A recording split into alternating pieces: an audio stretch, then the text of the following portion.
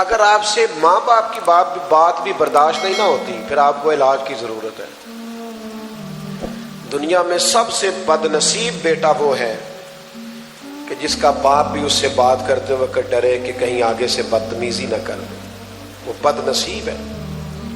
او میرے یارو، حلم، بردباری، ٹھہراؤ، صبر، برداشت، آپ کا سینہ کشادہ ہو، آپ کو سہنا ہے۔ اور میں ایک آپ کو بات عرض کروں، نظریاتی لوگ ہمیشہ بردبار ہوتے ہیں، آپ پرواہ نہ کریں مخالفوں کی، اور لوگ آپ کو آ کے بلا وجہ بھی کہیں گے فلانا تیرے خلاف گل کرتا سی، انہوں کہ یار جی وہ کرتا سی تو چنگا ہوندا تے اتنے جواب دیندا، پہلے تو مزہ لے کے سنیے۔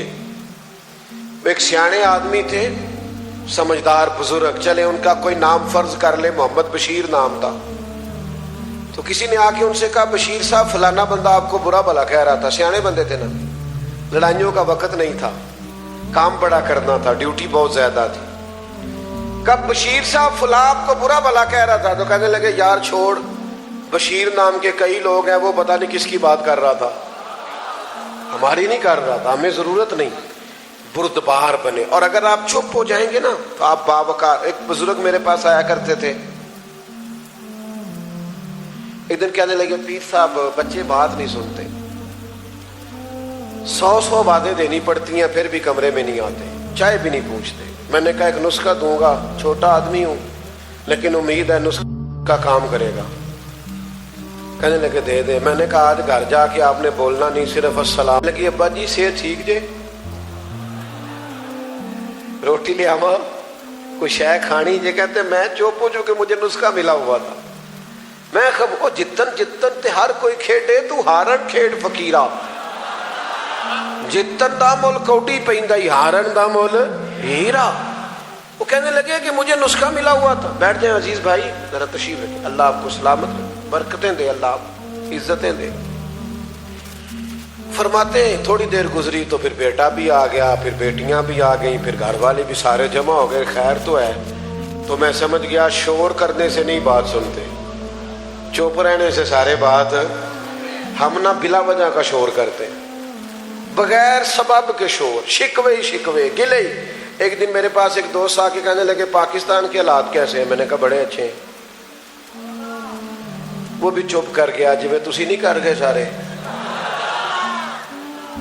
مجھے کہنے لگا وہ کیوں؟ میں نے کہا یار یہ جو کچھ چل رہا ہے ہم تو شروع سے ایسا ہی دیکھ رہے ہیں، کوئی آ رہا ہے کوئی جا رہا ہے۔ ہم اس پر تبصرہ کرنے سے اگر ملک ٹھیک ہوتا ہے تو جتنے تبصرے ہمارے ملک میں ہوتے ہیں نا، ہم اپنے اپنے حصے کا کام کریں۔ شکوہ ظلمت شب سے تو کہیں بہتر تھا، اپنے حصے کی کوئی شمع جلاتے جاتے، اپنی اپنی ڈیوٹی کریں۔ شکوے کرنے سے بندے میں بے چینی پیدا ہوتی ہے، شکر کرنے سے طبیعت میں سکون پیدا ہوتا ہے۔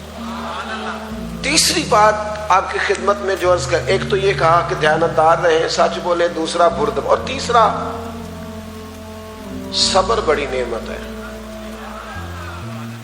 صبر کا معنی بزدلی نہیں، صبر کا معنی فیصلہ اللہ پہ چھوڑنا، صبر کا معنی خوش تدبیری، صبر کا معنی اللہ کی رضا پہ رکنا، ٹھہرنا۔ کم و بیش 100 کے قریب آیتیں ہیں قرآن پاک میں صبر کے بارے میں۔ اور نوجوانوں سنو یار، 500 کے قریب احادیث و آثار ہیں صبر پر، اور ان ساری باتوں کا نچوڑ حضرت مولا علی شیر خدا نے بیان فرمایا۔ مولا کائنات فرماتے ہیں دین کے اندر جو وجود کے اندر، جسم کے اندر جو مقام سر کا ہے وہی دین میں مقام صبر کا ہے، اور ہمیشہ صبر جیتتا ہے۔ فوجیں، حکومتیں اور طاقتیں یزید کے پاس تھیں اور حسین ابن علی کے پاس صبر تھا، پھر جیتا کون؟ بول کے بتائیے کیوں صبر جیتا؟ کہ ان اللہ مع الصابرین، اللہ صبر کرنے والوں کے، صبر نہیں کرتے، سویرے نتیجہ چاہیے۔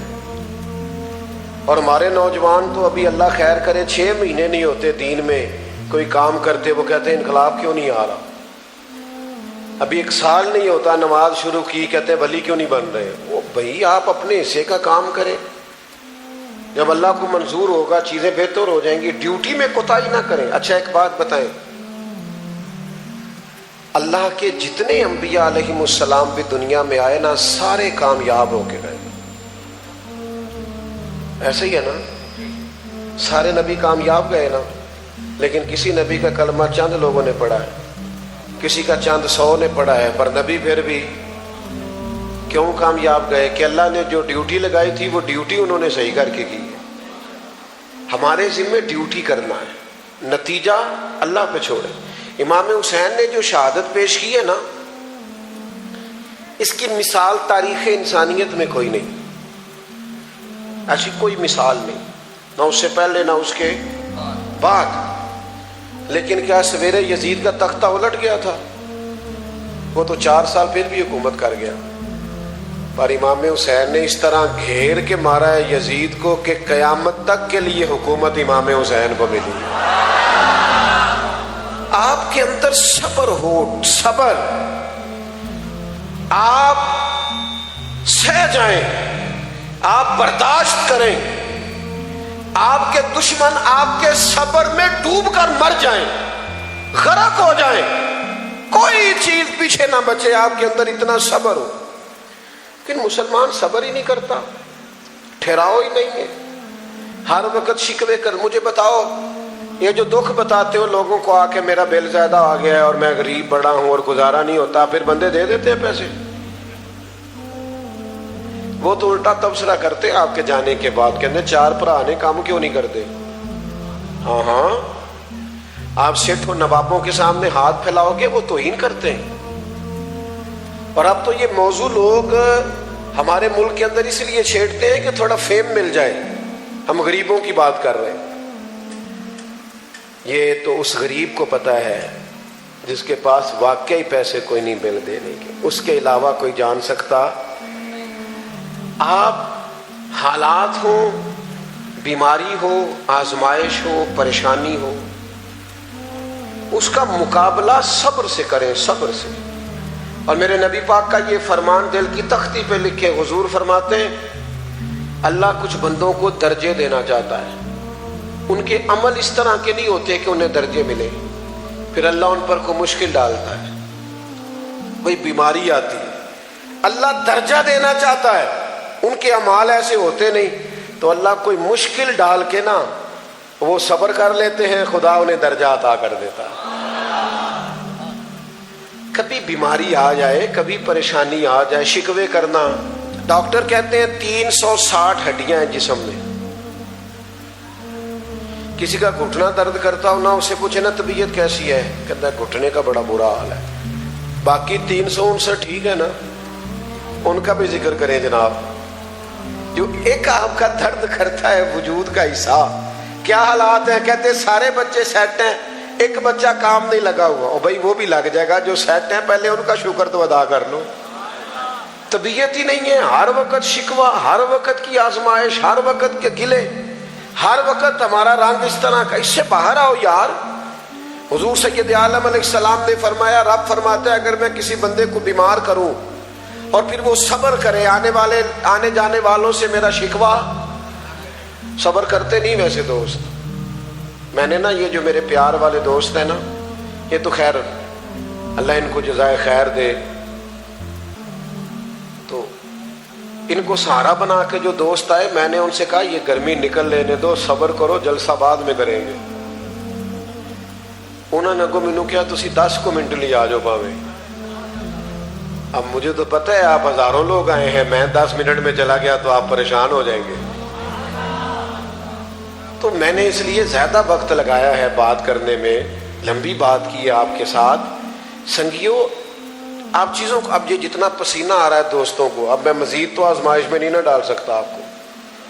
ہم اگر اپنا تھوڑا مزاج صبر والا بنائیں، سارے ہی چیزوں کو مینج کریں، تقاضوں کا خیال کریں، آپ یقین کریں زندگی میں بڑا انقلاب آئے.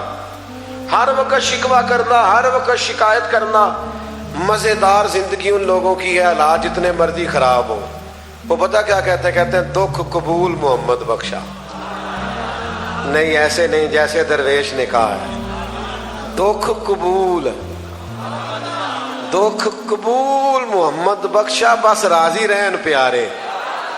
اگر وہ دکھ دے کے راضی ہے تو راضی رہن پیارے ایسا کیتی ہے جان حوالے رب دے ایسا عشق کمایا ہے اسیں تے مرن تو اگے مر گیا باہو تا مطلب نو پایا ہے آپ اپنی زندگی میں صبر حضور فرماتے ہیں رب کہتا ہے میں کسی بندے کو بیمار کروں اور وہ آنے جانے والوں میں سے میرا کسی سے شکوہ نہ کرے صبر کرے تو اگر میں اس بیماری سے اسے شفا دوں گا تو اس خون سے بہتر خون دوں گا اس گوشت سے بہتر گوشت دوں گا اور اگر اس بیماری میں اس کا انتقال ہو گیا تو پھر اپنے فضل سے جنت عطا کروں گا 3 باتیں میں نے آپ کے سامنے رکھی ہیں اس پورے عنوان میں ایک تو یہ کہ جھوٹ نہیں بولنا توجہ ہے میری بات پر میں قسمیں نہیں اٹھوا رہا آپ سے پر نیتیں تو کرتے جاؤ نا جھوٹ نہیں بولنا بولیے انشاءاللہ بددیانتی نہیں کرنی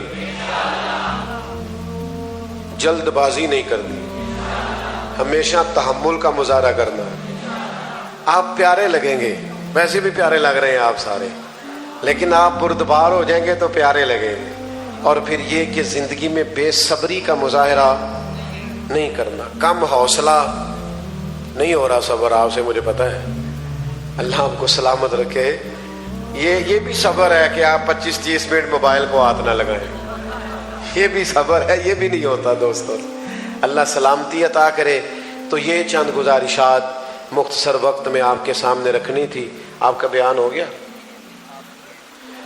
ایک شعر ہوگا اور سید صاحب دعا فرمائیں گے وہ تو شاہ صاحب نے ایک شعر کہا ہے سانو تخت ہزارے دی لوڑ کیے نالے کی لگے شہر ببول دے نال اسی اپنی بال کے سیکنے سانو کی لگے کسی اور دے نال سلام پڑھیں اور شاہ صاحب